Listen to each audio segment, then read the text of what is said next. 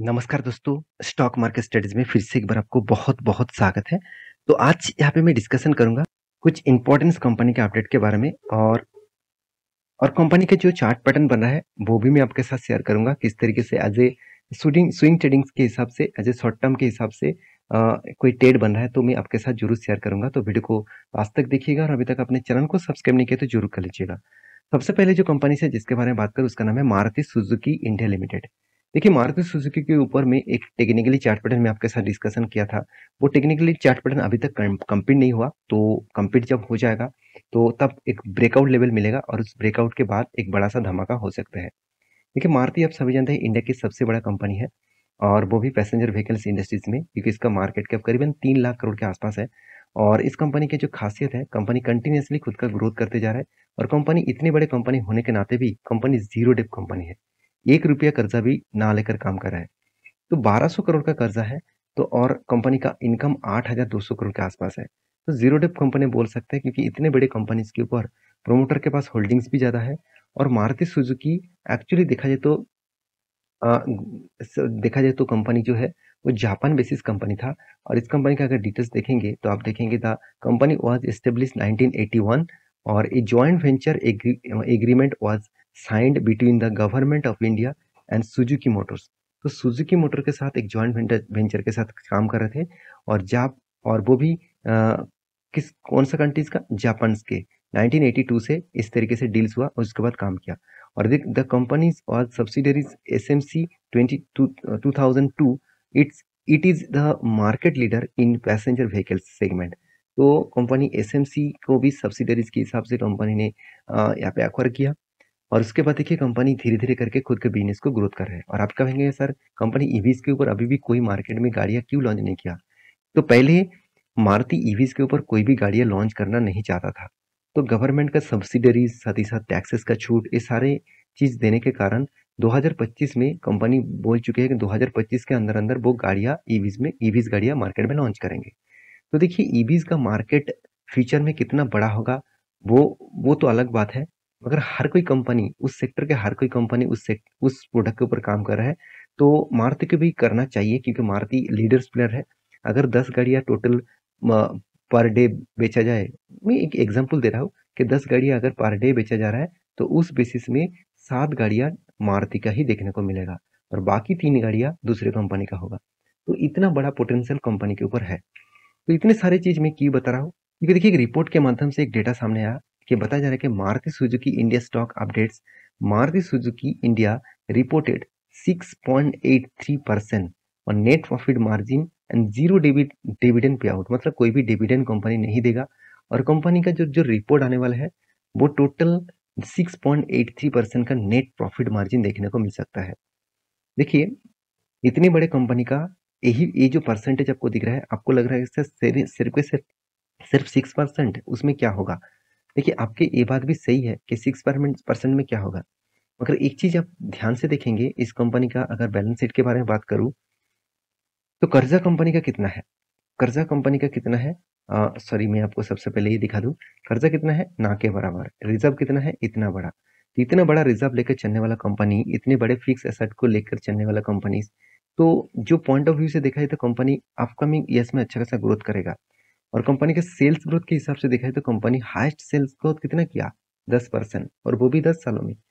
5%, sorry 5 साल में 8% और 3 साल में 16% और 1 साल में करंट पीरियड में कंपनी 33% के आसपास सेल्स को इंक्रीज किया। तो यहाँ पे एक पॉजिटिविटी देखने को मिल सकता है।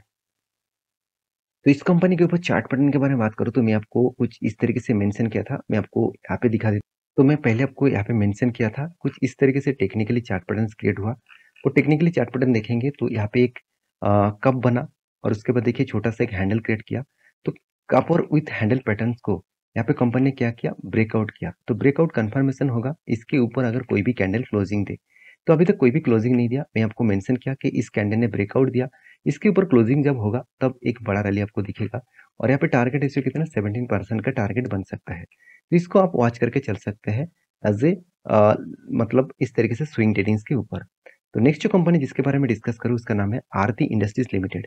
देखिए इस कंपनी के ऊपर लगातार लगातार गिरावट देखने को मिला और कंपनी आज 52 वीक के लो के आसपास कंपनी ट्रेड कर रहा है। कंटिन्यूसली करेक्शन हो रहा है और जब से करेक्शन हुआ कौन सा लेवल को ब्रेक करने के बाद और भी गिर सकता है, तो वो भी मैं आपको मेंशन किया। और कंटिन्यूसली यहाँ पे सेल ऑफ देखने को मिला। तो यहाँ पे देख सकते हैं मार्केट कैप के बारे में बात करूँ तो 16,800 के आसपास यहाँ पे मार्केट कैप देखने को मिला। और करंट प्राइस के बारे में बात करूँ तो 464 के आसपास है। और यहाँ पे कंपनीज के देखिए कंपनी का हाई कितना था 839 और लो कितना है 445। तो ओवरऑल बात करूँ यहाँ पे एक करेक्शन देखने को मिला है।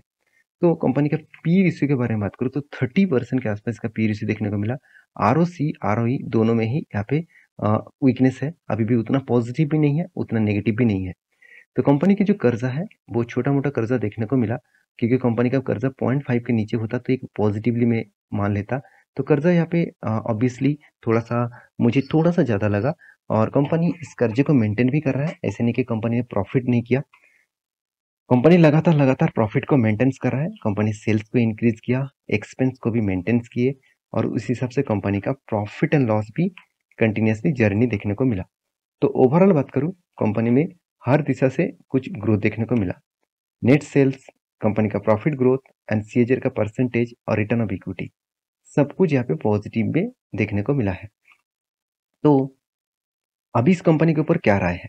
देखिए कंपनीज के ऊपर एक चीज मैं आपको बता दूं, जो इस कंपनी के ऊपर जो चार्ट पैटर्न क्रिएट हुआ, ध्यान दीजिएगा कंपनी कंटिन्यूसली सेल अप तो हुआ, मगर एक चीज आप नोटिस करेंगे कि मैं आपको बहुत बार बोल चुका था कि बार बार जब इस लेवल को टच कर रहा है तो इस रेंज को अगर ब्रेक करेगा तो फॉल आपको बड़ा सा दिखेगा।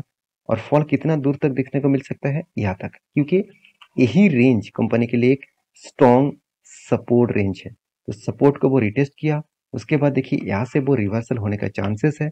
तो मैं तब तक वेट करूंगा जब तक इस रेंज को वो ब्रेकआउट ना करे। इस ये जो कंटिन्यूसली रेजिस्टेंस को क्रिएट किया, इस रेजिस्टेंस को ब्रेक करना पड़ेगा, रिटेस्ट करेगा, उसके बाद बड़ा धमाका दिखेगा, तभी मैं एंट्री लूंगा। तो मैं फिलहाल के लिए कोई भी एंट्री लेवल्स इसके ऊपर मुझे तो कोई नहीं दिख रहा है। तो अगर आपको कोई लेवल्स दिख रहा है तो जरूर कमेंट्स करना। हाँ, as a long term investor के लिए क्या राय है जरूर मुझे कमेंट्स करना, उसके ऊपर मैं डिटेल्स वीडियो बना के दूंगा। नेक्स्ट जो कंपनी जिसके बारे में बात करूँ उसका नाम है बीएससी लिमिटेड।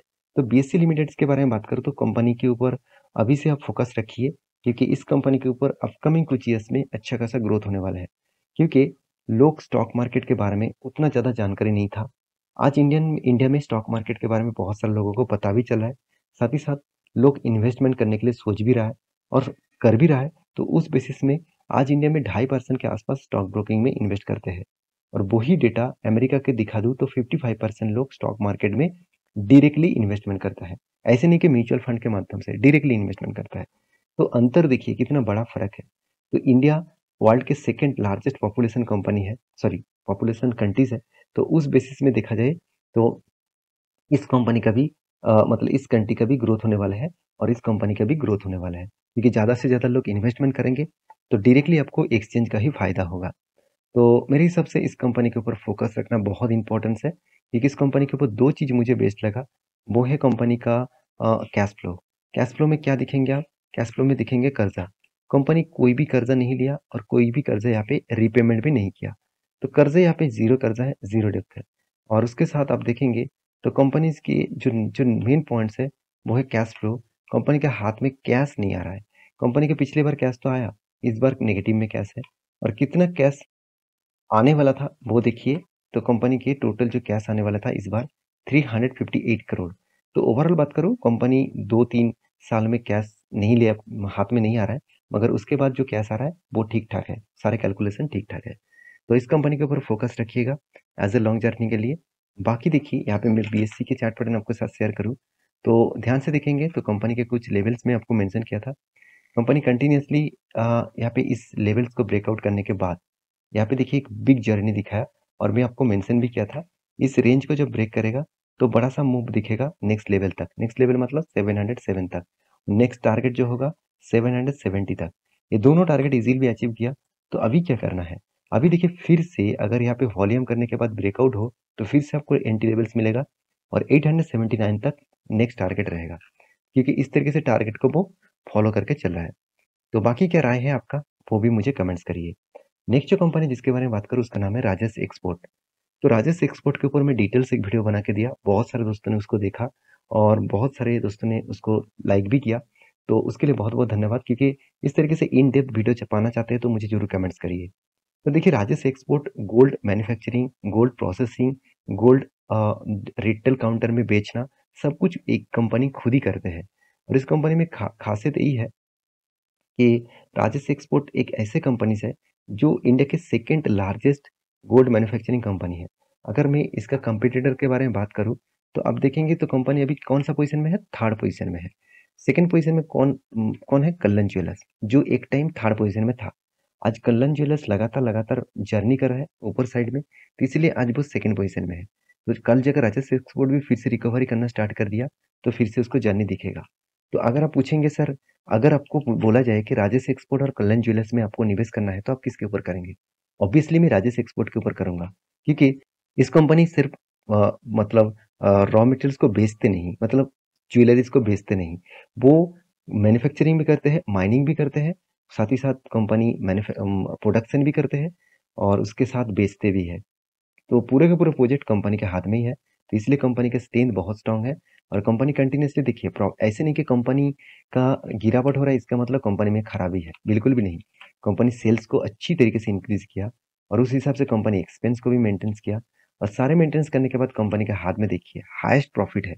इस बार का हाईएस्ट प्रॉफिट कंपनी के ऊपर देखने को मिला। तो ये सारे पॉइंट यही मेजर करते हैं कि कंपनी में जो स्ट्रेंथ है वो बहुत स्ट्रांग देखने को मिला है।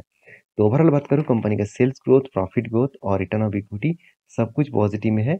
हाँ, सीएजीआर का परसेंटेज जो है वो अभी नेगेटिव में है, क्योंकि कंपनी के ऊपर करेक्शन देखने को मिला, उस बेसिस में कंपनी के ऊपर प्रेशर भी है। तो कितना प्रेशर है मैं आपको बता दूं, देखिए कंटिन्यूसली कंपनी के ऊपर क्या हो रहा है, सेल ऑफ हो रहा है। तो जितने सारे लोग मान के चलिए यहाँ पे निवेश किया, यहाँ पे निवेश किया, वो मुझे बहुत दिनों से कमेंट कर रहा है सर अभी क्या करूँ। देखिए, कंपनी के ऊपर अगर आपको भरोसा है तो उस कंपनी के ऊपर टिके रहिए। अगर आप उस कंपनी के बिजनेस के ऊपर भरोसा नहीं है, कंपनी के पैरामीटर्स के ऊपर भरोसा नहीं है कि हाँ कंपनी लॉसेस में है, कंपनी का काम नहीं चल रहा है, बिजनेस नहीं चल रहा है, तो तब उस कंपनी से आप एग्जिट करने के लिए जरूर सोचिए।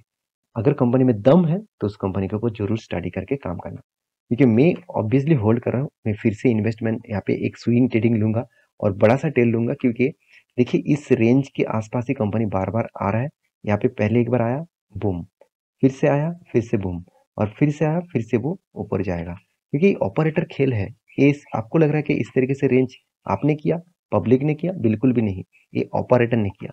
तो इस तरीके से आपको सोचकर काम करना पड़ेगा। यहाँ पे हाई वॉल्यूम क्रिएट हो रहा है, देखिए कितने हाई वॉल्यूम हो रहा है, इसका मतलब है इस लेवल में बहुत ज्यादा बाइंग किया जा रहा है।